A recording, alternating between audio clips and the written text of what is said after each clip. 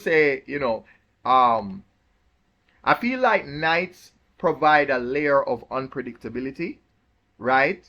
It's always a surprise element. Yeah? There's always something that the knight can do. And now that I'm looking on the board, I'm looking at moves that I could have done that I didn't do. I could have gone to b7 to put tempo on the queen. And even if the queen went to b8, I could have just dropped the knight on d6, putting the king in check and removing the castling rights from the king. I could have done that. Yeah? Forcing the king to go over to say f8. Because you don't want to move over to the other side and me setting up a fork on the king and the rook simultaneously. Right? So imagine the queen moving to b7. Then, because obviously you want to put tempo on the knight that just put tempo on you, I swing over to d6, putting the king in check. If the king goes to d8, it's a mistake. Therefore, you want to go to f8 instead, protecting the pawn.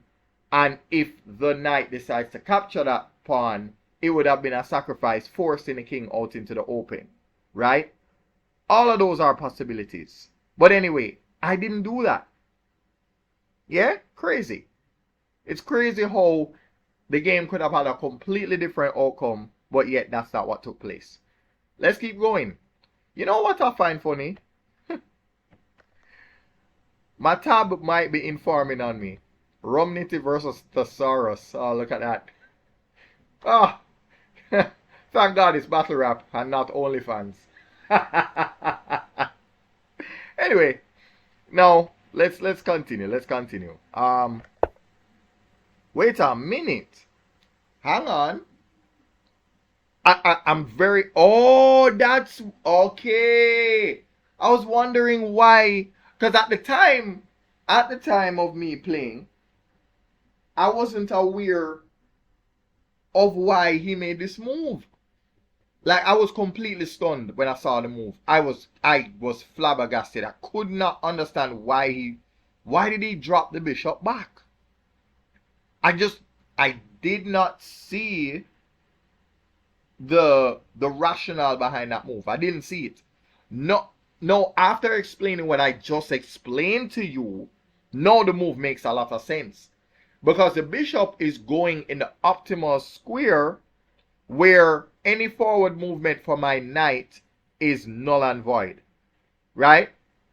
So for example, if you were to imagine that the pawn on a6 and the pawn on e6, if you took them off the board and allowed my knight to go to any of the white squares going forward, it would have been suicide for the knight.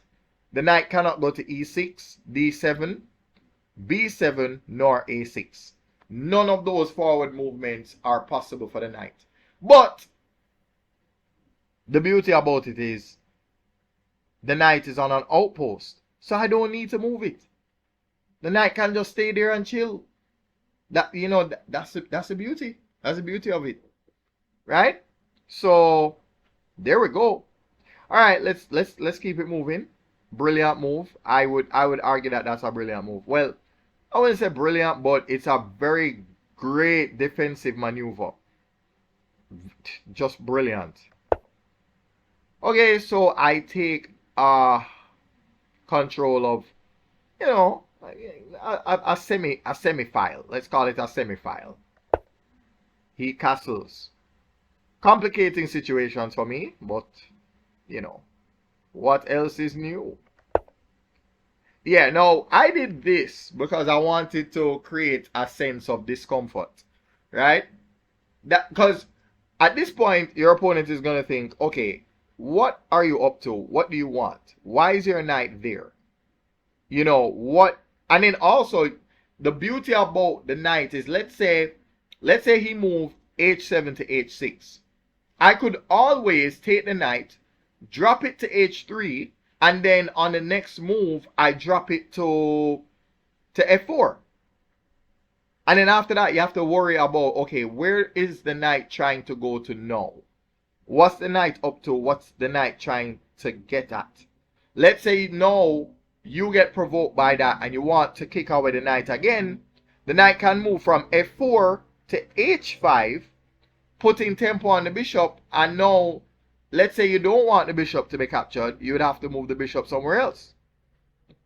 So that's the beauty. That's the beauty about making these kind of movements with the knight. You're putting your opponent on notice. They're looking at you and going, come on, why is that knight there? I don't like it. I need it to be removed. Now, my counter at this moment, if it was me, I would have pushed one of those two pawns. However, realistically, the better pawn to push would have been the one on h7 to h6. Pushing the pawn on f7 to f6 is a risk because, you know, you would alleviate the defense of your e6 pawn, resulting in me setting up a fork on the king and, well, not the king, the queen and rook, right?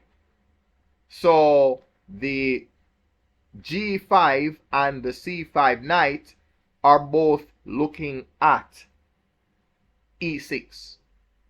Yeah? So if you make the mistake of pushing f7, f6, you may end up setting yourself up in that regard. Anyhow, what was it that took place? No, that was clever. That was clever. I like this a lot. Because I wasn't expecting that move. Right? But I'm sure he wasn't expecting that. No, he said, you know what? I'm not going to give you an opportunity to use a discovered attack on me. So, he forced me to think about this. Threaten my queen. Okay? Done deal.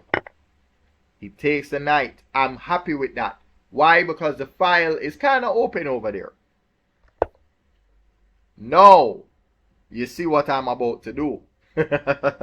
I'm like, you know what? I need these boots were made for walking. You know? That's what